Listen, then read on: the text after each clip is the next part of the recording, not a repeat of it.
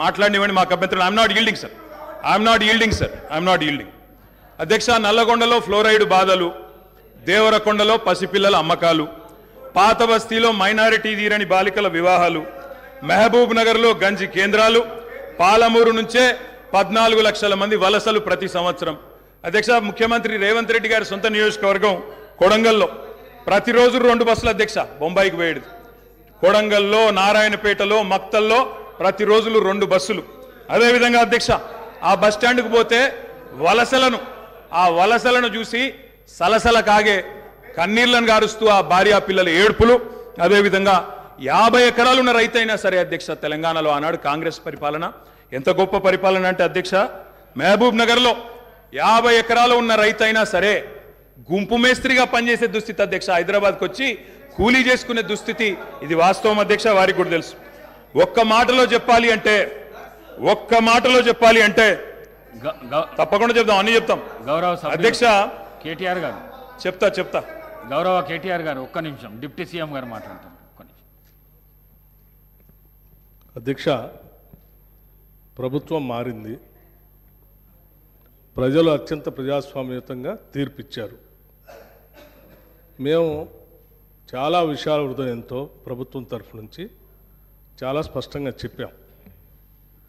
అత్యంత ప్రజాస్వామ్యయుతంగా సభను నడుపుకుందాం,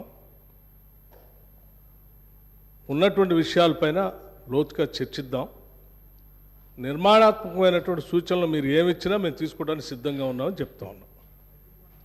మొట్టమొదటి సమావేశం, మొట్టమొదటి రోజు వారు గవర్నర్ ప్రసంగం మీద ధన్యవాదాలు చెప్పే తీర్మానంలో కొంత పెద్ద మనసుతో ఈ ప్రభుత్వం చెప్పినటువంటి మాటలను స్వాగతిస్తున్నామనో, లేకపోతే అదే రీతిలో మనం ముందుకు పోదామనో అలా చెప్పుకుంటూ సభ నడిపించడం కోసం ప్రయత్నం చేయాలి. కానీ మొదలుపెట్టమే వారు అసలు ఒక దాడి మొదలుపెట్టినట్టు మొదలు పెడితే ప్రభుత్వానికి తప్పనిసరి పరిస్థితుల్లో మీకు మేము అనుకున్నటువంటి ప్రజాస్వామ్యయుత సభ నడిపేదానికంటే మీకు సమాధానం చెప్పే కార్యక్రమంలో ఆ స్ఫూర్తి కూడా దెబ్బతినేటట్టుగా వారు మాట్లాడుతున్నారు. అది కరెక్ట్ కాదు.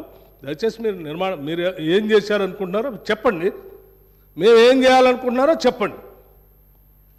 దాని ద్వారా రాష్ట్రానికి ఏమైనా చేద్దామనేటువంటి ఆలోచన ఉండాలి తప్ప మీరున్న టైంలో గంజి సెంటర్లు ఉన్నాయి, మీరున్న టైంలో అసలు నీళ్ళే లేవు. నీళ్ళు ఏడలేవండి. ఆర్డబ్ల్యూఎస్ పథకం ద్వారా మొత్తం రాష్ట్రంలో దాదాపు 70 నుంచి 80% నీళ్ళు ఇచ్చారు. మా ఆదిలాబాద్ నుంచి నేను ఖమ్మం వరకు చెప్తాను, నేను ప్రతి ఊరితో సహా లెక్కలతో సహా చెప్తాను. చివరి గోండుగూడల్లో కూడా మీరు చెప్పినటువంటి ఆర్డబ్ల్యూఎస్ దాదాపు 43,000 కోట్ల రూపాయలతో ఖర్చు పెట్టారు. ఏడాది ఒక్క గ్రామంలో నీళ్ళు వస్తున్నాయండి. ఇప్పటికి కూడా ఐటీడీ నీళ్ళే తాగుతూ ఉన్నాం, వేసినటువంటి బోర్లు బావిలో నుంచి నీళ్ళు తాగుతున్నామని చెప్తా ఉన్నారు. మళ్ళీ అదేదో పెద్ద గొప్పగా చేసినట్టు చెప్తున్నారు. మీరు వచ్చిన తర్వాతనే నల్గొండలో నీళ్ళు వచ్చినాయి, అంతకుముందు నల్గొండలో నీళ్ళు రాలేదా? ఫ్లోరోసిస్ ఎరాడికేషన్ కాలేదా? మీరు వచ్చిన తర్వాత జరిగిందా? మీకంటే ముందే జరిగింది.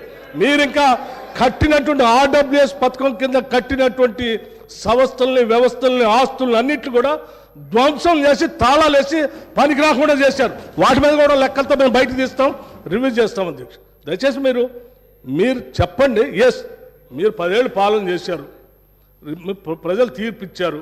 ఈ తీర్పిచ్చినటువంటి తీర్పు ద్వారా రేపొద్దున ఇంకా భవిష్యత్తులో ఈ రాష్ట్రాన్ని ఇంకా ఎంత ముందుకు తీసుకొని పోదాం. మీరు ఏదైనా ఉంటే సూచనలు చేయండి. మీరు వినటానికి సిద్ధంగా ఉన్నాం, అమలు చేయడానికి కూడా సిద్ధంగా ఉన్నాం. Thank you. గౌరవ కేటీఆర్ గారు అధ్యక్ష, సబ్జెక్టే మాట్లాడుతున్నా సార్. నేను ఆ గవర్నర్ ప్రసంగంలో ఏం చెప్పినా దానికే సమాధానం చెప్తున్నా. 10 ఏళ్ళు విధ్వంసం జరిగింది అన్నారు. మరి 10 ఏళ్ల విధ్వంసం గురించి మాట్లాడితే 55 ఏళ్ల విధ్వంసం గురించి మాట్లాడాలన్నా వద్దా? 55 ఏళ్ళు కాంగ్రెస్ పరిపాలన